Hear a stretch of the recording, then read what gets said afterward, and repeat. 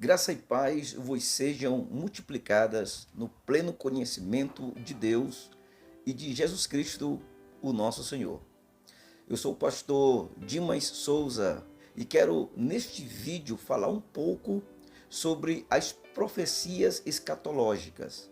Na verdade, eu quero fazer algumas considerações sobre as profecias do Apocalipse, o que eu acredito ser muito necessário para todo estudante da Bíblia, e isso com base no livro que eu escrevi recentemente chamado Identidade Escatológica. Eu quero falar sobre algumas considerações ou algumas dicas ou regras sobre o estudo das profecias. A primeira regra, a primeira consideração é que não se pode ignorar as profecias. Muitas pessoas fazem pouco caso das profecias e essas pessoas eles falam rasamente sobre ela por ignorarem a sua profundidade. Pessoas temem o livro do Apocalipse tanto por apresentar um cenário de terror inimaginável de se viver, como também pela complexidade de se interpretar as suas mensagens, os seus símbolos.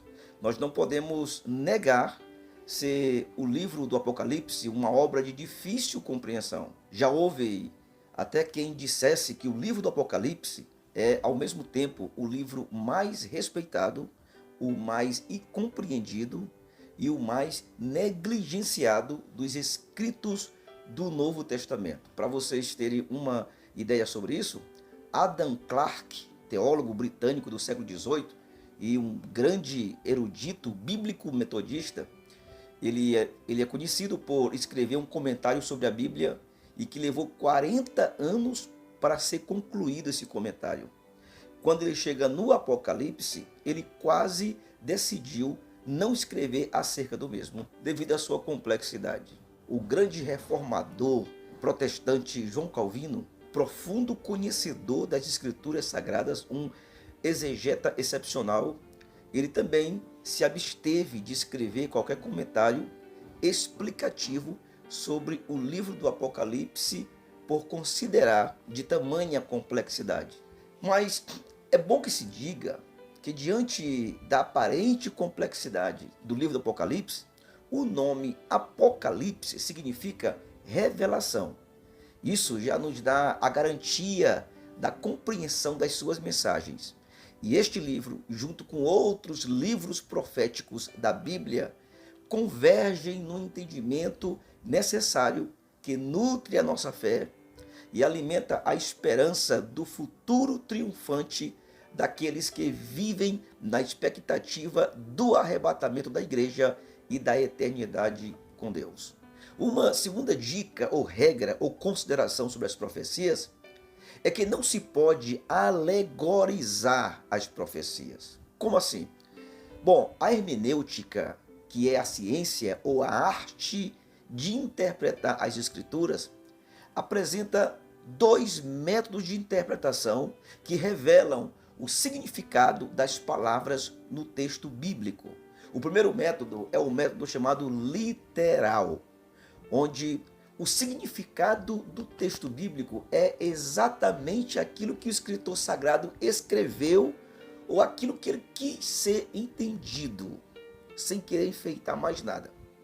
Já o segundo método é o método alegórico ou método também espiritual, onde o significado das palavras do texto não é aquilo que se está dizendo do texto e nem o seu escritor original quis dizer, mas sim o método alegórico é algo que a pessoa quer relacionar ao texto. Então, o método de interpretação alegórico não é confiável. Em primeiro momento, não é confiável. Pois, na verdade, qualquer mente pode criar várias interpretações em cima de um versículo ou de um texto bíblico, ignorando a literalidade, ou seja, o sentido original e literal que o escritor sagrado quis repassar. Eu vou dar aqui um exemplo. Os aliancistas, que têm seus maiores representantes, a maioria das igrejas de linha reformadas ou calvinistas, eles até interpretam a Bíblia pelo método literal. Porém, quando se trata da parte profética ou escatológica da Bíblia, eles abandonam o literalismo e adotam o método alegórico ou espiritual, afirmando que nas profecias não há literalidade. Vou dar aqui um exemplo para vocês sobre eles. Eles acreditam que o mundo já está vivendo no milênio, que nós já estamos no milênio desde a ressurreição de Jesus. Só que para eles justificarem que a igreja, que o mundo já está no milênio, eles dizem que a passagem de Apocalipse, capítulo 20, versículo 4, que trata do milênio e fala de 1000 anos, ele diz que não são anos literais, mas são anos alegóricos, ou seja, onde 1000 anos significa, segundo eles, um número indefinido que pode ser 1000, 2000, 3000. Então, 1000 anos alegóricos não são 1000 anos literais. Então, eles dizem que o milênio é apenas uma alegoria. Porém, ao contrário dos aliancistas, existem os dispensacionalistas, da qual eu faço parte, que acredita que toda a Bíblia, incluindo as profecias, deva ser lida buscando primeiramente o seu sentido literal dentro do texto sagrado. O que no caso do milênio, o sentido verdadeiro é que esse período durará literalmente 1000 anos. Sendo assim, ninguém está ainda no milênio, pois ele se dará somente no futuro, logo após a grande tribulação e a vinda visível de Jesus com poder e glória. Inclusive, na verdade, Jesus virá em glória no final da grande tribulação, justamente para estabelecer esses 1000 anos de paz, onde Satanás será preso.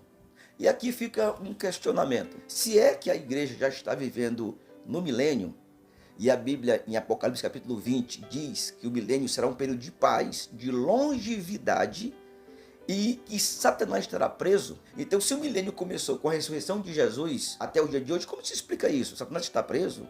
Estamos em paz? Estamos vivendo uma vida longa de 500 anos, como a Bíblia descreve que assim será o milênio? Então, eu quero só também aproveitar e dizer que nós, os dispensacionalistas, pré-tribulacionistas, não desprezamos os símbolos, os tipos ou as figuras nas profecias. O próprio texto bíblico, quando precisa, ele apresenta o seu simbolismo ou a sua alegoria, e todo leitor compreenderá claramente quando se trata de algo desse tipo. A terceira dica ou consideração sobre as profecias é que as profecias não podem ser dogmatizadas. As profecias escatológicas. A escatologia teológica não pode ser dogmatizada.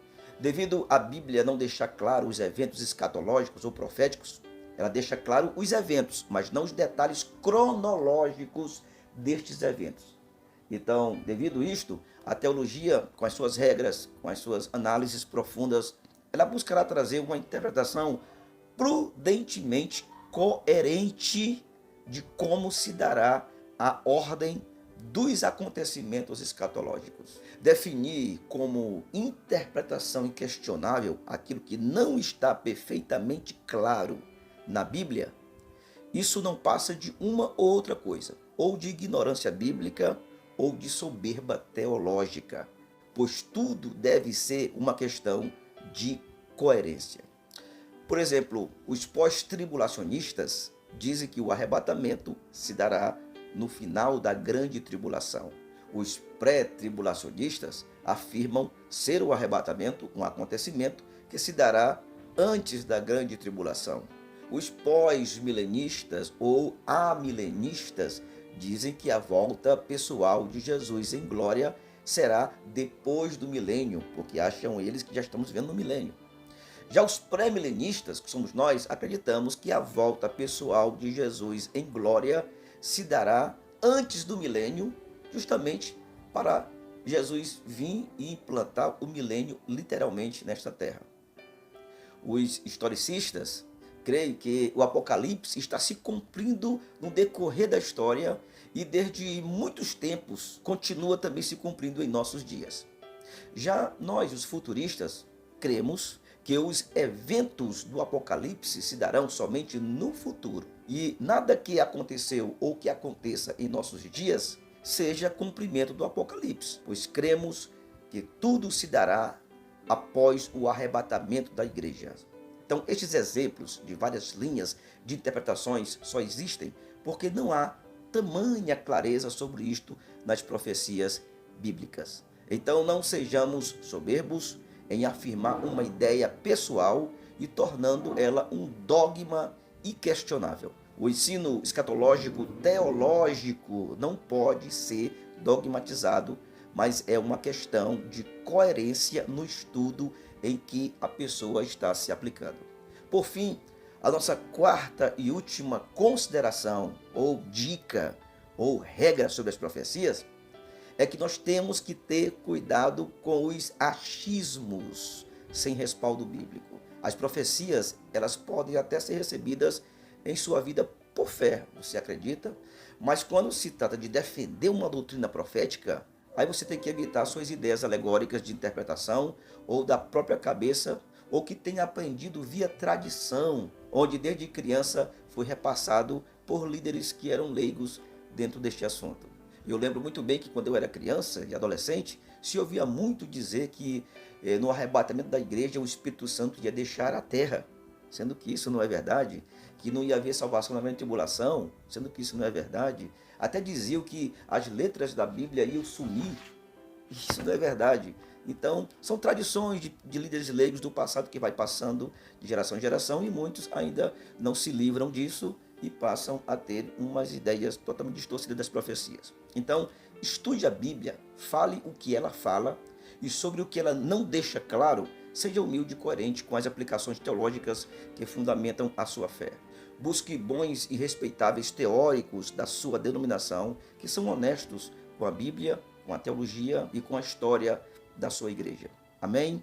Se você gostou desse vídeo, deixe o seu like, esse joinha aqui embaixo. Se você não é inscrito, se inscreva neste momento e também é hora de deixar um comentário aqui embaixo. Qualquer coisa, uma pergunta, uma dúvida ou uma palavra de apoio e compartilhe este vídeo para as pessoas nos grupos, nas redes sociais. Tudo bem? Muito obrigado. Deus te abençoe. Este é o meu entendimento.